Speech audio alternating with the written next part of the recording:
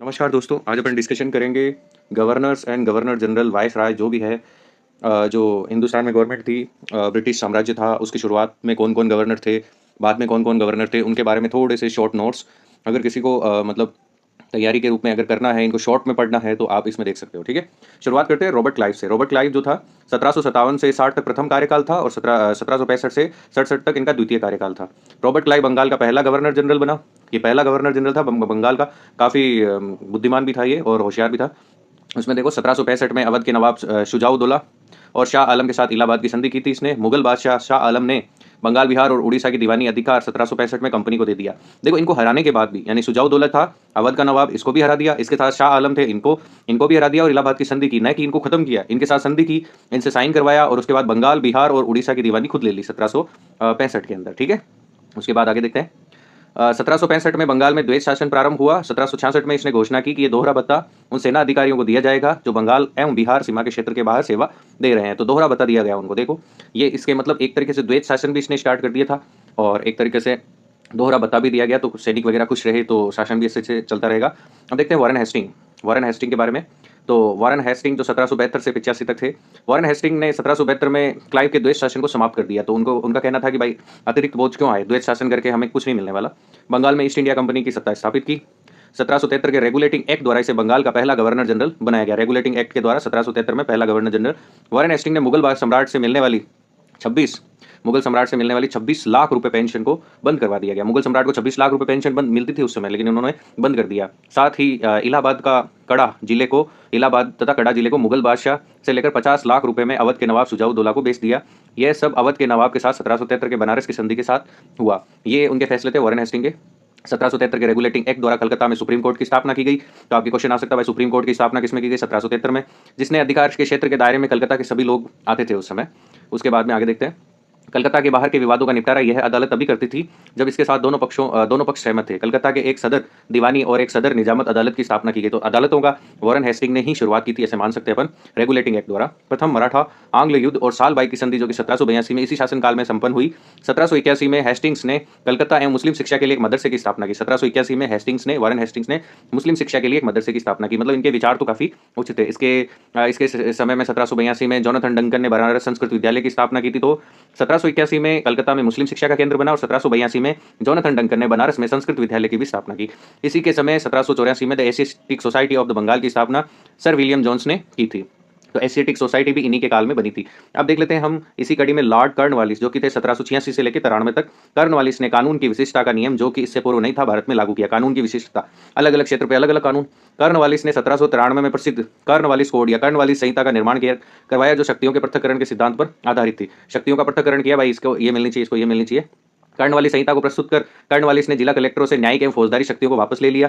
अब उनके पास राजस्व संबंधी अधिकार ही शेष रह गए थे। कलेक्टर के पास सिर्फ राजस्व के अधिकार। कॉर्नवालिस ने जिला दीवानी न्यायालयों में से एक नए पद जिला मुख्य न्यायाधीश का सृजन किया जो भी दीवानी मामले देखता था। इसने भारतीय न्यायाधीशों की अध्यक्षता वाली जिला फौजदारी अदालतों को समाप्त कर दिया और यूरोपीय अदालतों की स्थापना की। तो भारत वाली अदालतें खत्म कर दी थी इन्होंने।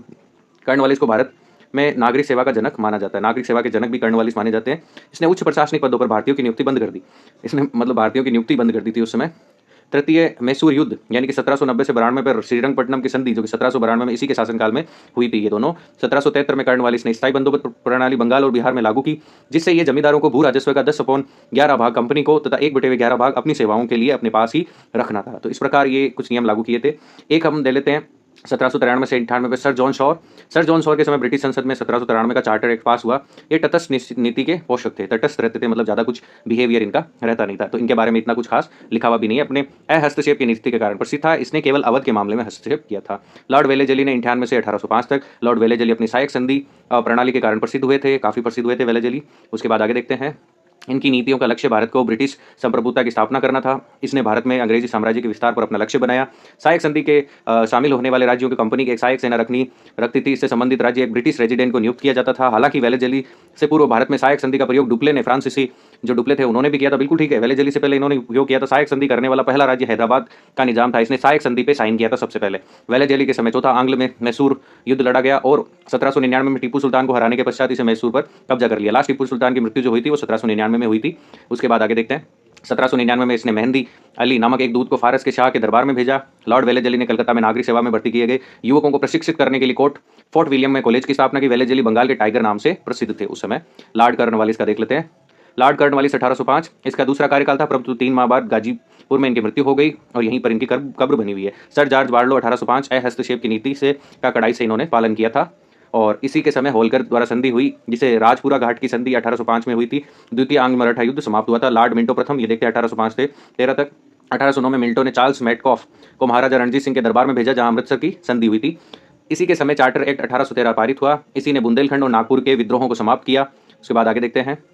लॉर्ड हार्जिंग 1813 से 23 इसने हस्तक्षेप की नीति का अंत करके भारत में राजनीतिक एकता स्थापित करने का प्रयास किया। इसके समय में आंग्ल नेपाल युद्ध 1814 से 16 तक गोरखा युद्ध लड़ा गया। इसके समय में पिंडारियों का दमन हुआ। जॉन मैकॉल पिंडारियों के मराठा शिकारियों के साथ शिकारी कुत्तों की उपमा दी। इसके समय पेशवा की संधि 1817 में सिंधिया के साथ और संधि 1818 में होलकर के साथ मंदसौर की संधि भी हुई। ये इस प्रकार लॉर्ड हेस्टिंग के बारे में भी काफ़ी महत्वपूर्ण संधियां उनके टाइम हुई थी। इनके शासनकाल में मद्रास में रैयतवाड़ी व्यवस्था 1820 का प्रारंभ गवर्नर जनरल थॉमस मुनरो द्वारा किया गया। अब जो नेम देखते हैं वो है आपके लॉर्ड एम हर्स्ट, ये 1823 से 28 तक। इसके समय में प्रथम आंग्ल बर्मा युद्ध हुआ था, 1824 से 26 तक लड़ा गया। इसमें बर्मी सेनाएं पराजित हुई, बिल्कुल ठीक है ये।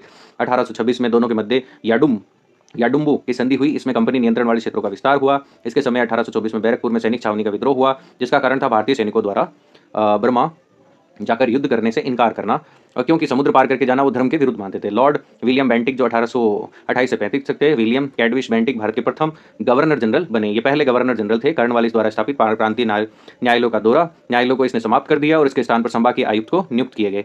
उसके बाद में आगे देखते हैं हम। इलाहाबाद की सदर दीवानी एवं सदर निजामत अदालतें स्थापित की गई। बेंटिक ने तत्कालिक भारत में व्याप्त सामाजिक कुरीतियों को समाप्त करने का प्रयास किया। सामाजिक सुधार के क्षेत्र में सती प्रथा की समाप्ति का काम प्रशंसनीय है। बेंटिक ने सती प्रथा की समाप्ति द्वारा बनाए गए कानून की धारा 17 दिसंबर 1829 के लागू कर विधवाओं को जलाने पर पूर्ण प्रतिबंध लगा दिया। उसके बाद आगे देखते हैं। इसने ठगी प्रथा देश के विभिन्न क्षेत्रों में फैली थी। इसकी समाप्ति के लिए बेंटिक ने कर्नल स्लीमन तथा स्थानीय रियासतों की मदद से 1830 में ठगी प्रथा का अंत कर दिया। 1833 के चार्टर एक्ट के बाद बेंटिक ने बंगाल के गवर्नर जनरल के स्थान पर भारत के गवर्नर जनरल कहा जाने लगा। बंगाल के गवर्नर जनरल को भारत का गवर्नर जनरल कहा। 1835 में मैकाले का प्रस्ताव अनुमोदन किया गया और शिक्षा के माध्यम से उच्च स्तरीय प्रशासन भाषा अंग्रेजी निश्चित हुई। सर चार्ल्स मैटकॉफ का देखते हैं 35 से 36। इसे समाचार पत्रों के मुक्तिदाता के रूप में जाना जाता है। आगे देखते हैं। लॉर्ड ऑकलैंड जो कि 36 से 42 तक थे, इनके काल में प्रमुख घटना थी प्रथम आंग्ल अफगान युद्ध जो कि 1838 से 42 तक हुआ था। ऑकलैंड ने भारत के विभिन्न स्कूलों में अपनी छात्रवृत्तियां प्रदान की। इसने सभी प्रारंभिक स्कूलों में शिक्षा का माध्यम क्षेत्र प्रादेशिक भाषा रखी। 1839 में इसने मांडवी राज्य में अंग्रेजी राज्य में मिला दिया था। 1839 में ऑकलैंड ने कलकत्ता से दिल्ली तक ग्रांड ट्रंक रोड का निर्माण शुरू करवाया। उसके बाद में है लॉर्ड एलिनबरो जो 1842 से 44। इसके काल में 1842 में प्रथम आंग्ल अफगान युद्ध समाप्त हुआ। इसके समय में महत्वपूर्ण उपलब्धियां संधि अंग्रेजी राज्य में विलय सिंध का लॉर्ड हार्डिंग्स का देख लेते हैं। 1844 से 48 भारत में इसका कार्यकाल मुख्यतः प्रथम आंग्ल सिख युद्ध जो कि 1845 से 46 में स्मरणीय है, जिसमें अंग्रेजों ने विजय प्राप्त की और लाहौर पर अधिकार किया। हार्डिंग्स द्वारा खोंड जनजाति द्वारा नरबली की कुप्रथा का दमन किया गया, जिसे महान उपलब्धि थी। जिसे सती प्रथा के प्रचलन पर प्रतिबंध लगाया। लॉर्ड डलहौजी देख लेते हैं। इन्हीं की नीतियों की वजह से 1857 की क्रांति हुई थी। लॉर्ड डलहौजी 1848 से 56 तक। इसके समय में ब्रिटिश साम्राज्य का अत्यधिक विस्तार हुआ। द्वितीय आंग्ल सिख युद्ध 1848 से 49, ये 49 में पंजाब का ब्रिटिश राज्य में विलय डलहौजी की प्रथम सफलता थी। और इसी युद्ध के समय डलहौजी ने कहा था कि सिखों ने युद्ध मांगा है और यह युद्ध प्रतिशोध के सहित लड़ा जाएगा। इसके समय द्वितीय आंग्ल बर्मा युद्ध 1852 में लड़ा गया और अंग्रेजों ने बर्मियों को पराजित कर लोअर बर्मा और पेंगू पर अधिकार कर लिया। उसके बाद आगे देखते हैं। डलहौजी के शासनकाल में व्यपगन का सिद्धांत यानी डॉक्ट्राइन ऑफ लैप्स अर्थात राज्य हड़प नीति का कारण अधिक याद किया जाता है। इसे तत्कालिक भारतीय रजवाड़ों को 3 भागों में बांटा। वे रजवाड़े जो किसी के नियंत्रण में नहीं थे, न ही किसी को कर देते थे, वे बिना अंग्रेजी हस्तक्षेप के गोद ले सकते थे।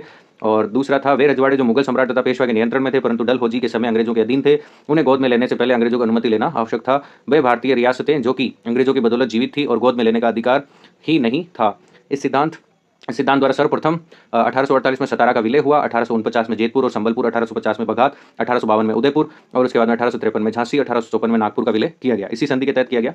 1853 में इसने हैदराबाद के निजाम से धनराशि बकाया होने के कारण आरोप लगाकर बरार छीन लिया। 1856 में अवध को कुप्रशासन का आरोप लगाकर अंग्रेजी साम्राज्य में मिला लिया गया। यहाँ के नवाब वाजिद अली शाह ने 12 लाख रुपए में पेंशन देकर कलकत्ता में निर्वासित कर दिया गया। तो इस प्रकार इसकी नीतियां थी। डलहौजी द्वारा विलय किए गए राज्य देखते सतारा को 48 में विलय किया, जेतपुर संबलपुर को 49 में, बघात को 1850 में, उदयपुर को 1852 में, झांसी को 1853 में, नागपुर को 1854 में, करौली को 1855 में और अवध को 1856 में इन्होंने विलय कर लिया।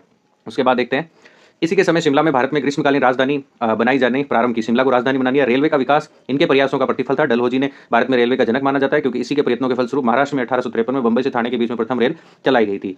डाक सुधार के क्षेत्र में इनकी पहली बार भारत में डाक टिकटों का प्रचलन करवाया। 1854 में पारित पोस्ट ऑफिस एक्ट द्वारा तीनों प्रेसिडेंसियों में डाकघरों की अच्छी देखरेख के लिए एक एक महानिदेशकों की नियुक्ति की गई। डलहौजी के पृथक रूप में भारत में पहली बार सार्वजनिक निर्माण विभाग की स्थापना की गई और उसके बाद में 1854 में उसने लोक सेवा विभाग की स्थापना की। इसी के समय भारतीय प्रशासनिक सेवा यानी ICS की प्रतियोगिता प्रारंभ हुई और इसी के समय 1855 का संथाल का विद्रोह हुआ। तो ये 1857 तक का मैंने जो मेन थे उनके बारे में बता दिया। आई होप आपको काफी समझ में आया होगा और इसी के साथ धन्यवाद।